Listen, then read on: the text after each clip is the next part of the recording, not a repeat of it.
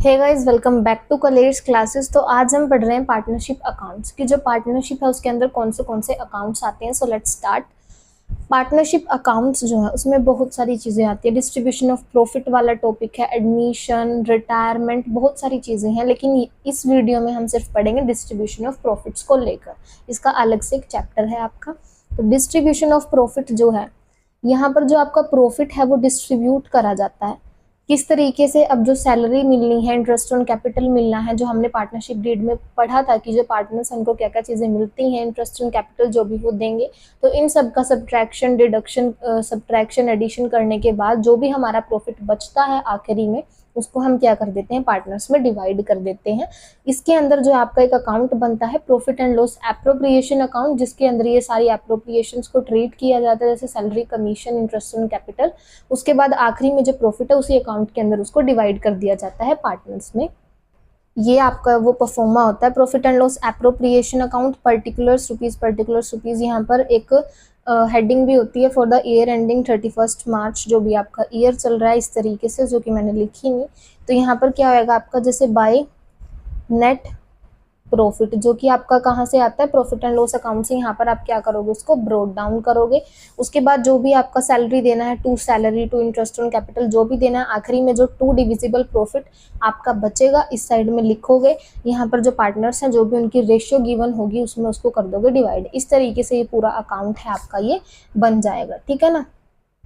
उसके बाद आपको गिवन है, अब ये 1 बाय 1 स्टेप है। ठीक है। डिस्ट्रीब्यूशन ऑफ प्रॉफिट का मतलब है कि आपने क्या बनाना है, P&L एप्रोप्रिएशन अकाउंट बनाना है। उसके बाद बनेंगे आपके कैपिटल अकाउंट्स। कैपिटल अकाउंट जो हैं, अब आपके ये जो आपके कैपिटल अकाउंट्स हैं, ये आपके 2 टाइप्स के होते हैं, फ्लक्चुएटिंग एंड फिक्स्ड। ठीक है। जो फ्लक्चुएटिंग होता है इसमें सिर्फ एक ही बनता है, पार्टनर्स कैपिटल। ठीक है। और जो आपका फिक्स होता है इसमें आपके 2 बनते हैं, एक तो पार्टनर्स कैपिटल होता है और एक आपका होएगा पार्टनर्स करंट अकाउंट। ठीक है। अब इसमें जो डिफरेंस है वो ये है कि जो फ्लक्चुएटिंग है उसमें एक ही कैपिटल अकाउंट बनेगा, जिसमें आप ब्रोड डाउन करोगे कैपिटल को, आगे जो भी एडजस्टमेंट होनी है, जैसे सैलरी मिल रही है, इंटरेस्ट ऑन कैपिटल मिल रहा है, जो भी प्रॉफिट मिल रहा है, वो सब कुछ इस एक ही अकाउंट में होगा। लेकिन आपका जो फिक्स कैपिटल अकाउंट होता है इसमें 2 बनते हैं, जिसमें पार्टनर्स कैपिटल तो एक रहेगा, जिसमें सिर्फ जो पार्टनर की कैपिटल उसने शुरू में लगाई थी, और अगर उसने कोई परमानेंटली विड्रॉ कर लिया है उसमें से, या फिर उसने कोई एडिशनल कैपिटल लगाई है जिसमें से वो निकालने नहीं वाला, तो वो इस कैपिटल अकाउंट के अंदर ट्रीट होगा। अदरवाइज उससे अदर कोई भी ट्रांजैक्शन इसके अंदर नहीं आएंगी। उसके बाद जो आपका पार्टनर्स करंट अकाउंट है, इसके अंदर जो भी अदर सारी ये सैलरी वगैरह है, इंटरेस्ट ऑन कैपिटल जो भी मिलेगा वो इसके अंदर होगा। ये ऑलवेज क्या रहता है, चेंज होता रहता है, फ्लक्चुएट करता रहता है पार्टनर्स का करंट अकाउंट। बस पार्टनर्स कैपिटल कभी फ्लक्चुएट नहीं करता, और फ्लक्चुएटिंग में जो कैपिटल होता है ये भी ऑलवेज फ्लक्चुएट करता रहता है। ठीक है। तो इस तरीके से आपके जो कैपिटल अकाउंट्स हैं वो बनेंगे। क्वेश्चन में अगर कुछ भी मेंशन नहीं है आपका कैपिटल अकाउंट को लेकर, तो फ्लक्चुएटिंग ट्रीट करना है, सिर्फ एक ही बनेगा। और अगर क्वेश्चन में मेंशन है कि फिक्स कैपिटल अकाउंट बनाने हैं, तो उसमें आपने दोनों बनाने पड़ेंगे। ठीक है ना। तो क्वेश्चन ध्यान से पढ़ना है। उसके बाद आता है ड्राइंग अकाउंट। अब ये ड्राइंग अकाउंट जो है ना, इसमें जो भी आपकी ड्राइंग वगैरह करी होगी वो कैपिटल अकाउंट में ट्रांसफर हो जाती है, जो भी ड्राइंग उन्होंने करी है पार्टनर के कैपिटल अकाउंट में, डेबिट साइड में। ठीक है। तो ये रहेंगे हमारे अकाउंट्स। तो हम एक एग्जाम्पल से समझते हैं कि डिस्ट्रीब्यूशन ऑफ प्रॉफिट कैसे होगा। ठीक है। ये क्वेश्चन आपको गिवन है, और अगर आपको जो ड्राइंग है उसकी डेट नहीं गिवन है कि कब ड्राइंग करी थी, लिख रखा है सिर्फ ड्यूरिंग द ईयर इतनी ड्राइंग करी थी, तो क्या करना है, आपने एवरेज पीरियड जो है 6 मंथ का लेना है। 6 मंथ के लिए जो इंटरेस्ट होगा ड्राइंग के ऊपर वो कैलकुलेट करना है। ठीक है। और अगर कोई भी चार्ज दे रखा है तो प्रॉफिट एंड लॉस एप्रोप्रिएशन बनाने से पहले P&L अकाउंट बनाना है, जिसमें उस चार्ज को ट्रीट करने के बाद वो जो भी इंटरेस्ट वगैरह होगा वो डिडक्ट होने के बाद जो प्रॉफिट आएगा, फिर वो आप ब्रोड डाउन करोगे P&L एप्रोप्रिएशन में। ठीक है ना। तो ये चीज़ें ध्यान रखनी है, बेसिक सी हैं। उसके बाद हमारा क्वेश्चन है, A and B entered into partnership on 1 जनवरी 2023। 1 जनवरी 31 दिसंबर तक इनका जो ईयर है, जनरली 1 अप्रैल टू 31 मार्च होता है, लेकिन यहाँ पर 1 जन टू 31 दिसंबर है। ठीक है। तो यहाँ पर क्या है, A और B एंटर हुए पार्टनरशिप में, जिनकी कैपिटल 50,000 एंड 40,000 रिस्पेक्टिवली, ए की 50,000 है, बी की 40,000 है। A introduce further capital of 20,000 on 1 अप्रैल 2023। ए ने फर्दर कैपिटल लगाई है 20,000 की। अब जो इंटरेस्ट ऑन कैपिटल होएगा ना कैलकुलेट, तो सबसे पहले 50,000 के ऊपर होएगा, और जब उसने 20,000 लगाया होगा उसके ऊपर अलग से होगा। ऑन 1 अप्रैल 2023 को इसने लगाया है। पार्टनरशिप डीड के अकॉर्डिंगली, मतलब इसने लिखा है अकॉर्डिंग टू पार्टनरशिप डीड, इसका मतलब है कि जो पार्टनरशिप डीड है वो एग्जिस्ट करती है। A is to receive a salary of 500 per month, ए जो है उसको सैलरी मिलनी है 500 रुपये per month. Interest on capital जो है वो एलो करा गया है 8% पर एनम से। जो प्रॉफिट है जो शेयर करे जाएंगे तो उनकी रेशियो गिवन है 3:2। गिवन है तो ठीक है, अगर गिवन नहीं है तो इक्वल लेना है हमने। Profits for the year ending, profit जो है इन्होंने दे रखे हैं 34,400 before allowing salary and interest in capital. यहाँ पे लिखा है पहले ही कि बिफोर अलोइंग, यानी कि ना तो अभी तक सैलरी का कोई भी ट्रीटमेंट हुआ है ना इंटरेस्ट इन कैपिटल का। लेकिन अगर लिखा हो कि इतना है आफ्टर अलोइंग ये सारी चीज़ें, तो हमने दोबारा से वो एड ऑन करनी होती है उसमें, ताकि हम एक्चुअल प्रॉफिट तक पहुँचे, उसके बाद हमारा अकाउंट हम बना पाएँ। ठीक है, तो their drawing during the year were, drawing जो है वो ए की जो है ₹8,400 एंड बी की जो है 7,200 है। तो हमने डिस्ट्रीब्यूशन ऑफ प्रॉफिट शो करना है। डिस्ट्रीब्यूशन ऑफ प्रॉफिट मतलब P&L एप्रोप्रिएशन हमने बनाना है। तो यहाँ पे आपने क्या करना है, सबसे पहले नेट प्रॉफिट, अब यहाँ पे कोई चार्ज तो है नहीं, तो हमने डायरेक्टली यहाँ पे क्या कर लेना है, ब्रोड डाउन कर लेना है। ठीक है, उसके बाद हमने ट्रीट करना है कि क्या क्या किस किस को मिलेगा। तो सबसे पहले वर्किंग नोट्स में आपने क्या कर लेना है, इंटरेस्ट ऑन कैपिटल कैलकुलेट कर लेना है। तो यहाँ पे क्या आएगा, देखो सबसे पहले आपने क्या करना है, इंटरेस्ट ऑन कैपिटल कैलकुलेट करना है। वर्किंग नोट्स में लिख लो इसको।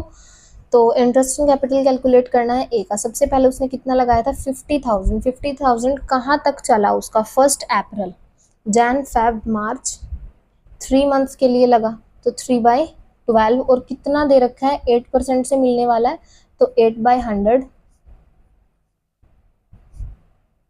तो ये हो गया आपका